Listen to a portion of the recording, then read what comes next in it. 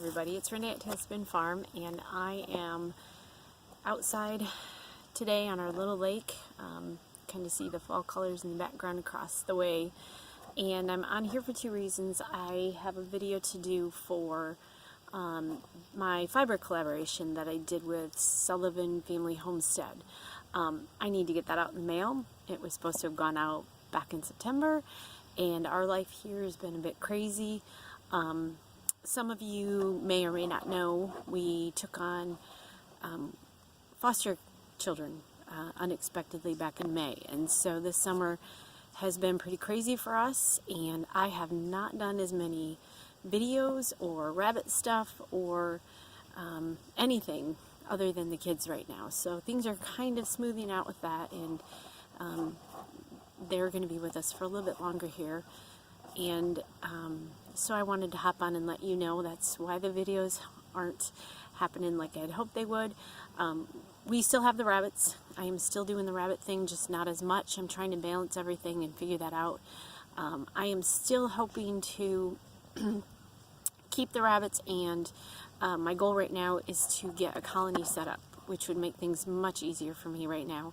I still have 18 rabbits, and they take my time every day too. So that's one of the reasons why I haven't been on here, but there's been a few new subscribers recently, so I wanted to pop on and do this quick video.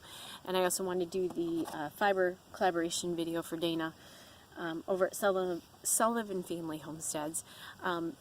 I received a box from her back in the early summer, and the box contained a few different fibers.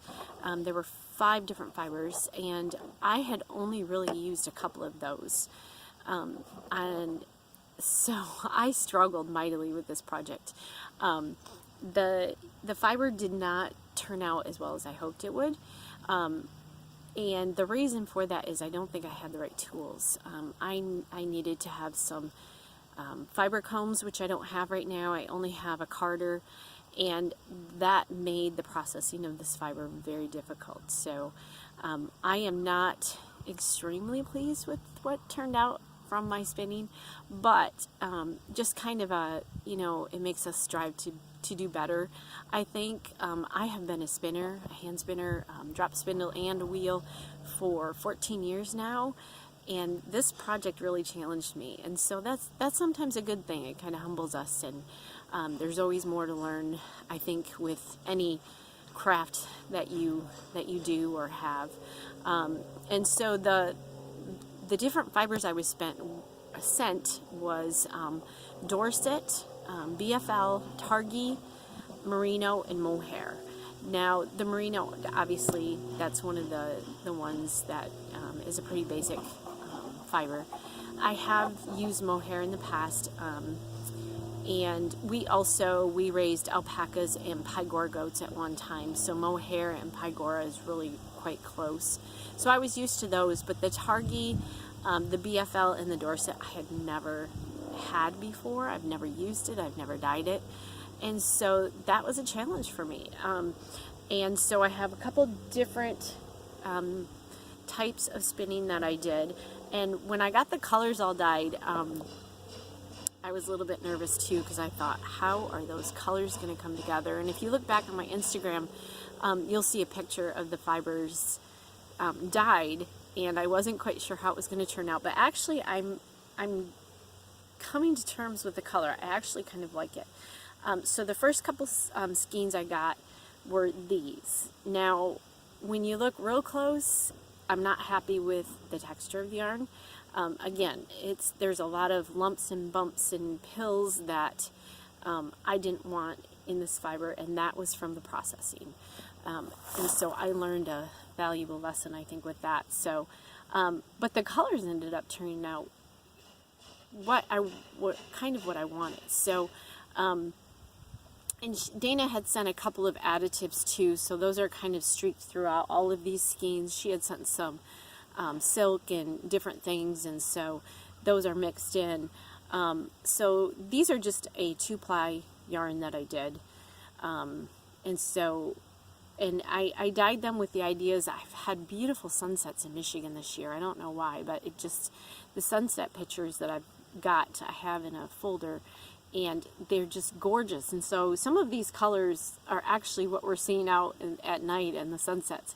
And so that was my original idea and plan with this yarn and this color that I used. And these are all dyed with the Jacquard acid dyes, different colors. And then the second skeins that I did, the second set, I did a Navajo ply with just some of the stuff that I had left over. And so these turned out completely different. They're all the same colors, but they're different spinning techniques. And so I've got 2 of those. I like the other, the way it turned out better with the other colors, but these are neat. It's interesting to see how you could take the same color fiber and spin them in different ways, and get different looking yarn completely. And of course this is Navajo plies, so technically this is a 3-ply technique that you do with 1 strand of fiber or yarn, and so that's what I got with those. So Dana, thank you for involving me in this, and it is coming out. I promise. I'm sending it in the mail today, so hopefully I will be back on here soon with a couple more videos. I still have ideas, and if you guys have any ideas for me that you'd like to see with Angora rabbits or spinning, just drop a line below here on this video, and I have quite a few up right now with different things with the Angora rabbits, how to groom them and care for them and things. So if you want to see any more, let me know, and you can follow me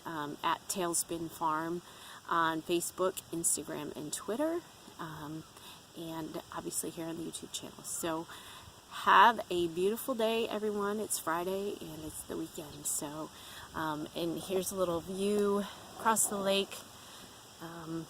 We've got color coming, and it is cold in Michigan. We haven't gotten any snow yet, but I have a feeling it's coming. So have a great weekend, everyone.